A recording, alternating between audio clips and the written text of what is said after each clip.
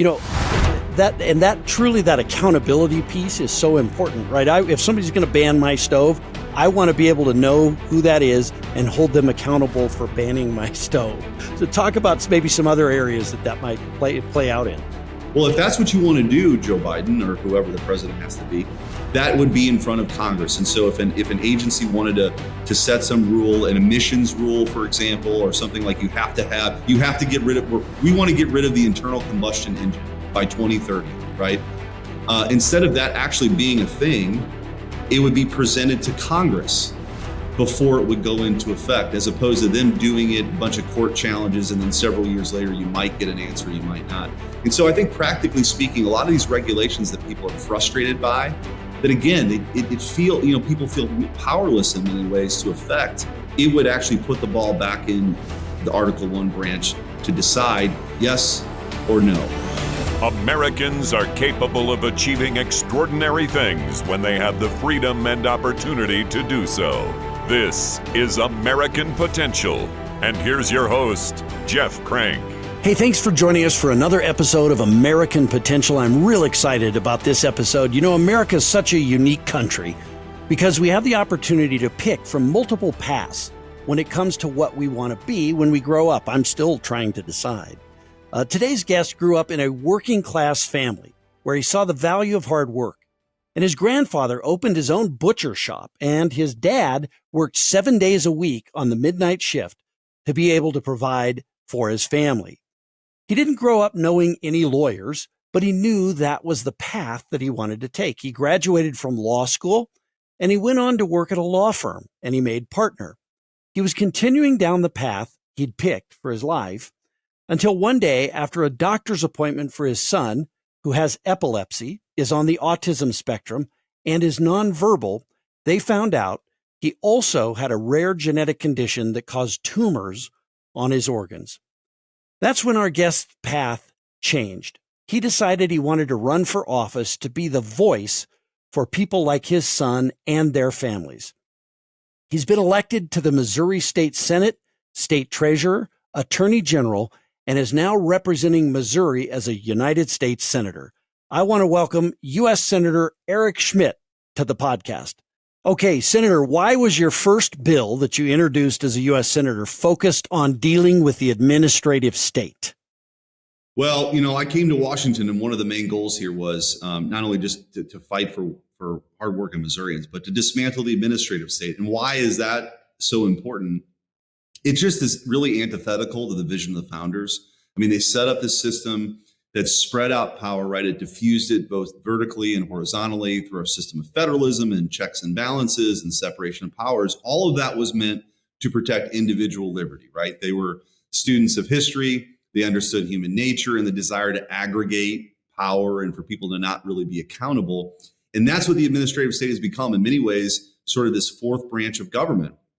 And if you want to understand, I think, Jeff, a lot of some of the frustration that's out there, some of it's centered around the idea that, you vote for people that you believe in and you send them to Washington and it feels like sometimes things don't change. Well, one of the reasons is you've got this huge sort of unseen branch of government, these faceless bureaucrats that control so much of people's lives, their liberty, they can affect their livelihood, their, family run business.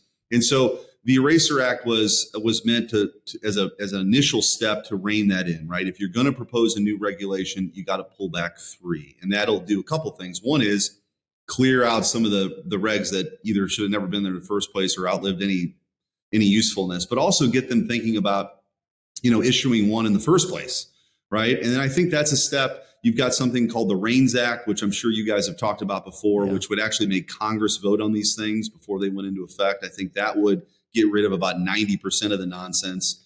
But look, if some agency wants to ban gas stoves, Congress should have to vote on that. And I think that would add a certain level of accountability to where Congress is not blameless in this either. I think for a long time, people in Congress have said, I voted for this great bill, but I can't believe what this agency did.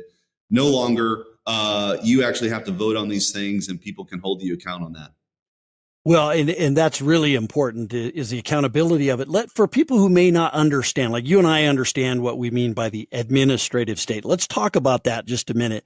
so people know exactly what we're talking about. You talked about banning stoves or, refrigerators, things like that. But that's truly what's happening is some of these interpretation of what Congress passes.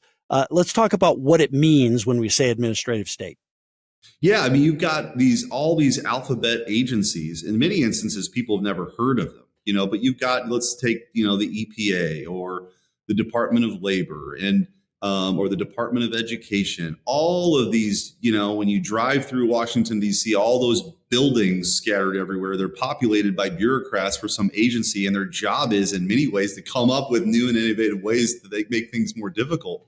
There are some legitimate things that need to happen, right, for laws to be executed. But this has gotten way out of control. It sort of started with perhaps the worst president in American history, Woodrow Wilson, this progressive that kind of had this dream of a class of experts who knew better than the people. So if you think about this, really this struggle we're having between what we view as the elites and then the rest of us, this is kind of the basis of it. And it's been supercharged over the years. It's grown in both Republican and Democrat administrations, quite frankly. Nobody's without blame here. And I think it's time to rein that in. I also think it's important to note for people as they imagine what this looks like, I think COVID in particular really revealed what we had on our hands. When you have, like, for example, when I was Attorney General in Missouri, my previous job, we sued on the vaccine mandate, took it all the way to the Supreme Court, and we won. Principally because OSHA, which was an agency created to make sure forklifts beeped when they backed up, somehow had authority to force a medical procedure on 100 million people. No.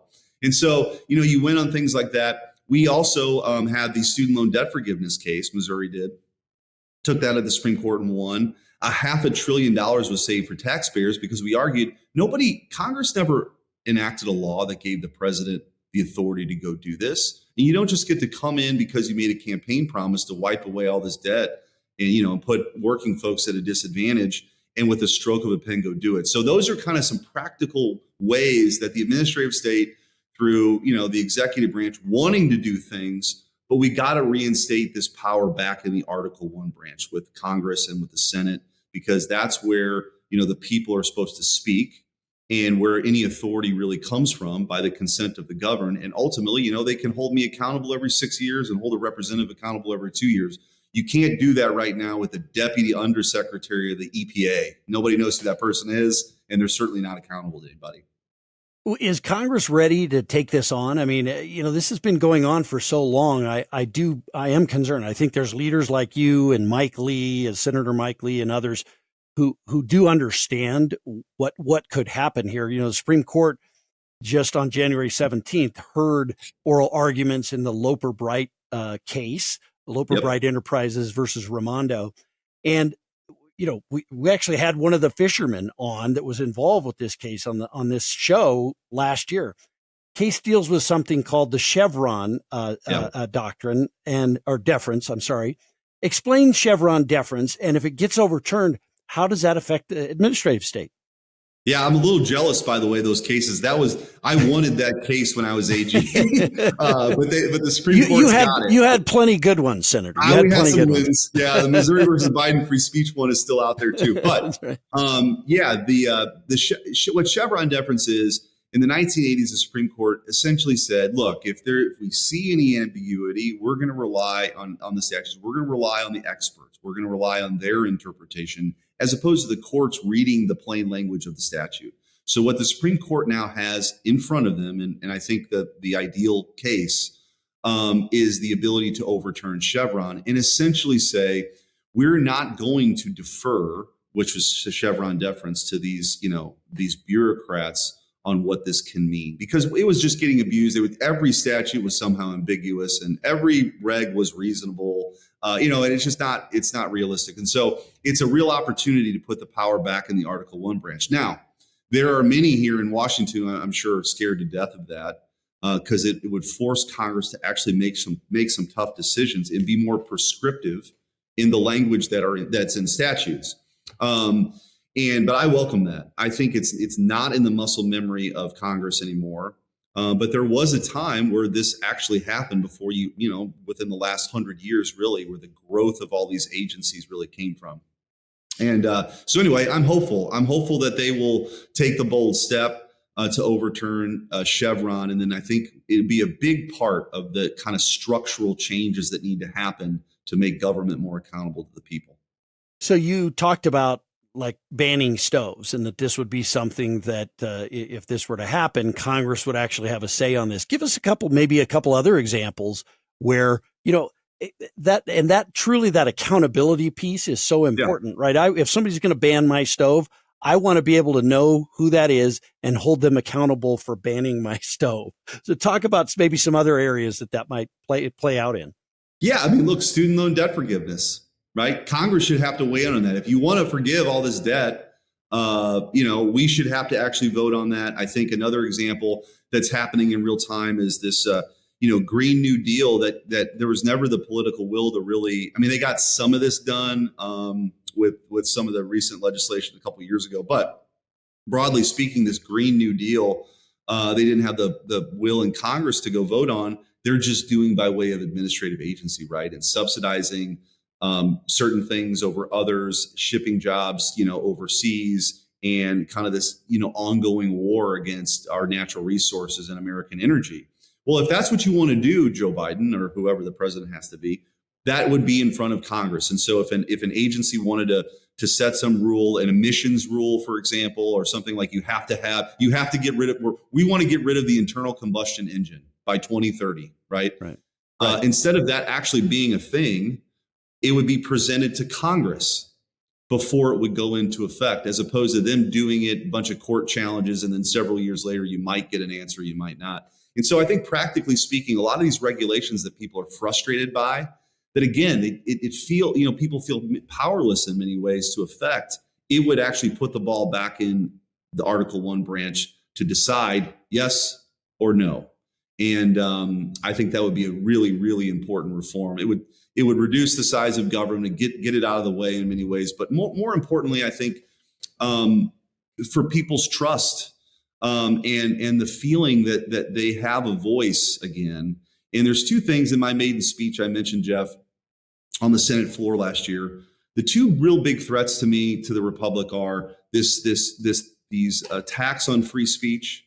People feel like there's a narrowing of bandwidth of things they can say or hear, in the government. In the Missouri versus Biden lawsuit that I filed, we have evidence that the government colluding with and coercing, in many examples, some of the biggest companies in the history of the world to suppress dissent, to quell dissent.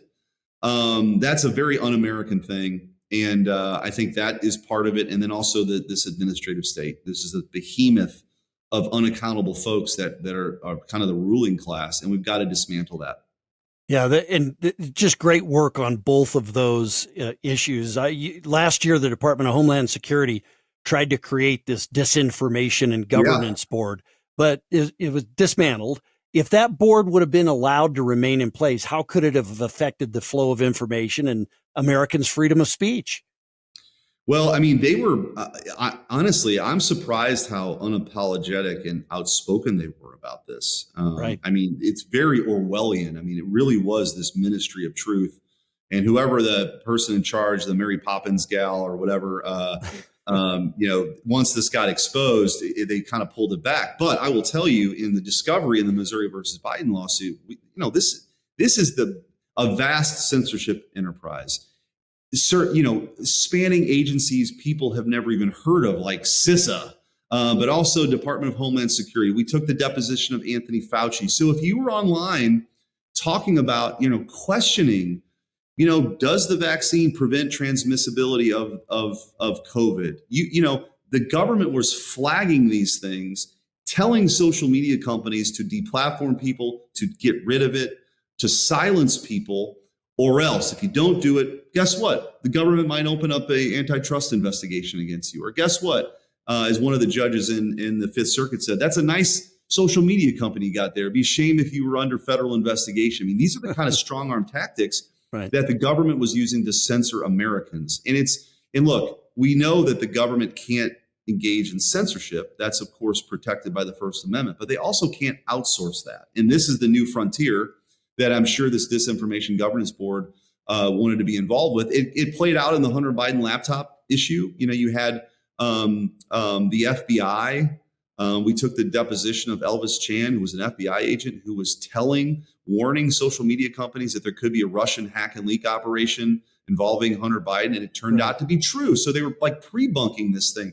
So it's just really dangerous road to go down. And my view on it is, I will defend your right to say things that I vehemently disagree with, because it's really important in this country to have that pressure release valve where people feel like they can be heard, that their point of view, even if it's a minority view, has a public airing, and you can speak freely in the town square or the virtual town square. It's very important for us. And by the way, very natural for tyrants. It's one of the first things they try to do, right, is to try to control speech and get everybody to believe everything the regime believes in. But in this country, we're supposed to be different. And it's what makes part of the reason why America is an exceptional place.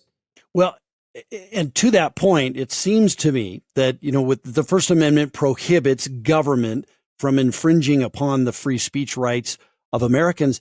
And if the government gets to decide something is quote unquote disinformation or misinformation, they're choosing sides, and they're the arbiter of what is right and what is wrong and what should be protected. Why is it dangerous for government to be put in that role? And also, why isn't it okay for disinformation or misinformation to be protected by the First Amendment? It is protected by the First Amendment. Your thoughts? Yeah, look, you don't have to be right to have an opinion. That's right. I've learned that. My wife tells me that all the time. Senator. So yeah, right. People lob that criticism at me, I'm sure. But you don't. But you also, the government doesn't get to decide what the truth is. Right. We get to decide what the truth is. And again, so having as much information for people to make these decisions is very important. It's like sort of claiming this is the science. The scientific method, you are constantly challenging assumptions. You're constantly pressing up against what has been previously accepted. This is what makes us better. This is what leads to a better outcome. This is what, in a country as big and diverse as ours, is how we get to some sort of consensus, is when people feel like, and by the way, even if we don't, part of the, that's okay. People get to have differing point of views. The government doesn't get to decide those things. And I think if you take a step back and understand, where does that belief come from? It comes from the idea that we believe in this country in the individual. We believe in individual souls. We believe that we're endowed by our Creator with certain rights you can never take away. We don't get them from the government. We don't get them from a king or queen. We don't get them from some other sovereign. We're born with them. And chiefly among those is our ability to express ourselves, right? Which is what's protected in the First Amendment. And if you believe that, it's a very logical thing then to make sure that we'll do everything we can. The government, it doesn't exist to protect our rights. It doesn't exist to infringe upon those rights. The reason why you come together and create, like we did, and with our Constitution, and we made this bold declaration of the world, the states agreed to give the government certain powers, limited powers, because, and the rest were retained by the states. But what they were one of the things they were most concerned about was, as they had seen in the rest of the world, was the government coming in and saying, this is the truth. This is what you can hear. This is what you can say. And then you look at the rest of the amendments in the Bill of Rights are some reflection of those concerns too. So anyway, it's just a very important issue to me. It's fundamental. It's foundational. And if you want to have a healthy republic, where again, people don't resort, because a lot of places in the world, when people don't have the ability, they resort to violence. And a lot of these political disputes around the world are solved through violence. We don't believe that in this country. We believe that you have debate, you try to persuade, you make the argument, you make the case. But if you're never able to do that, it creates real problems for a country like ours. And so I think it's worth defending. Yeah, boy, it sure is. It's so well put. And you've been a great policy champion on these issues, on administrative state, and certainly on freedom of speech issues. Why is it important? Obviously, the First Amendment prohibits government from infringing upon our First Amendment free speech rights.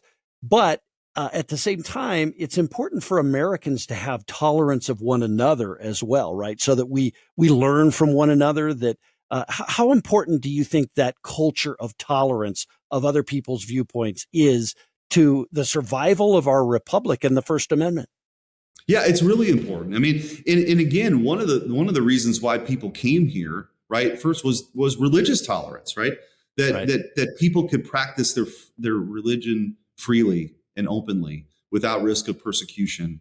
And, so all of these kind of fundamental things, petition your government, all those, those are all embodied in the First Amendment. And we believe that. And we believe that because, again, those are the rights that come from God. And I think that, again, the ability to persuade, the willingness to be persuaded is all really important. I think sometimes it gets more difficult with technology now, or people kind of sometimes in these silos, and the most, productive conversations often are had across the table from someone.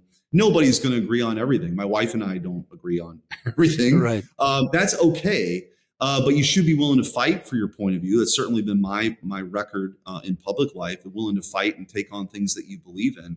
But having an open and honest dialogue is important, and always be very weary or concerned or on guard for someone who tells you that they're going to, in order to protect your rights, they want to take your rights away. I think this is kind of what we're seeing now with free speech, or during COVID, right? You saw this very authoritarian impulse to control things. And that's really what it's about. It's not about protecting people. It's about controlling. And I think the people are smart enough to make their own decisions. And like I said, I will willingly fight for somebody's ability to say something I don't agree with, because that's their right to do so. It doesn't mean I have to agree with them. And it doesn't mean that that's how I have to vote necessarily, if the people have entrusted me with the ability to come up here. But I think the willingness to listen is really important. And I do think it can diffuse a lot of the tensions that you see right now in a country like ours. But again, listen, there's nothing new under the sun. This country's always dealt with big, important challenges. We just got to hold on to the things that make us special, and protecting people's right to speak their mind certainly is one of them. Yeah. Okay. Now, kind of the fun question. You represent the great state of Missouri. My Aunt Dovey lived in Missouri. She lived to be 109 years old. And she told me that they were going to have to shoot her on Resurrection Day because she felt so good. That's how she used to describe. 109. Wow. I bet 109. she probably was the oldest living Missourian at one point at that age. She may have been. She lived down in Hermitage, Missouri. But tell us what's great about the state of Missouri. I love going to Missouri, but you tell us and sell us why it's such a great place. So I had somebody ask me one time, is Missouri a northern state, a southern state, a Midwestern state, or a Western state? And I said, yes. It's all of those things. Right. It is really at the crossroads of the country. For a long time, presidential candidates, it was the ultimate bellwether. You've got this just incredible, it's a great state to get around. Like the Boot Heel in Southeast Missouri is sort of has more of a southern temperament to it, right? Southwest Missouri feels and looks a lot more like Texas and Oklahoma. Northern Missouri is like Iowa. Kansas City faces a little bit to the west, and St. Louis faces a little bit to the east. You got everything.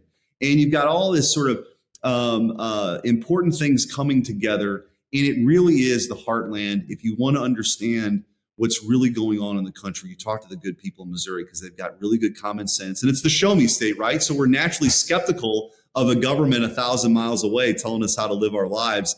And I'm pretty proud of that. So it's been just an honor of a lifetime to come up here.